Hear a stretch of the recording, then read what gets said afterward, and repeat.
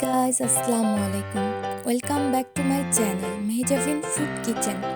হাঁসের মাংস রান্না করতে গিয়ে অনেকেই যে সমস্যায় পড়েন, রান্নার পরেও গন্ধ থেকে যায় আর মাংস ভালোভাবে সিদ্ধ হয় না। তাই আজ এই সমস্যাগুলোর সমাধান করে দেখাবো এই ভিডিওতে। তাহলে দেরি না করে শুরু করা যাক আজকের রেসিপি। আশা করি আপনাদের ভালো লাগবে, আর ভালো লাগলে ভিডিওটিতে একটি লাইক দিতে ভুলবেন না। ধন্যবাদ।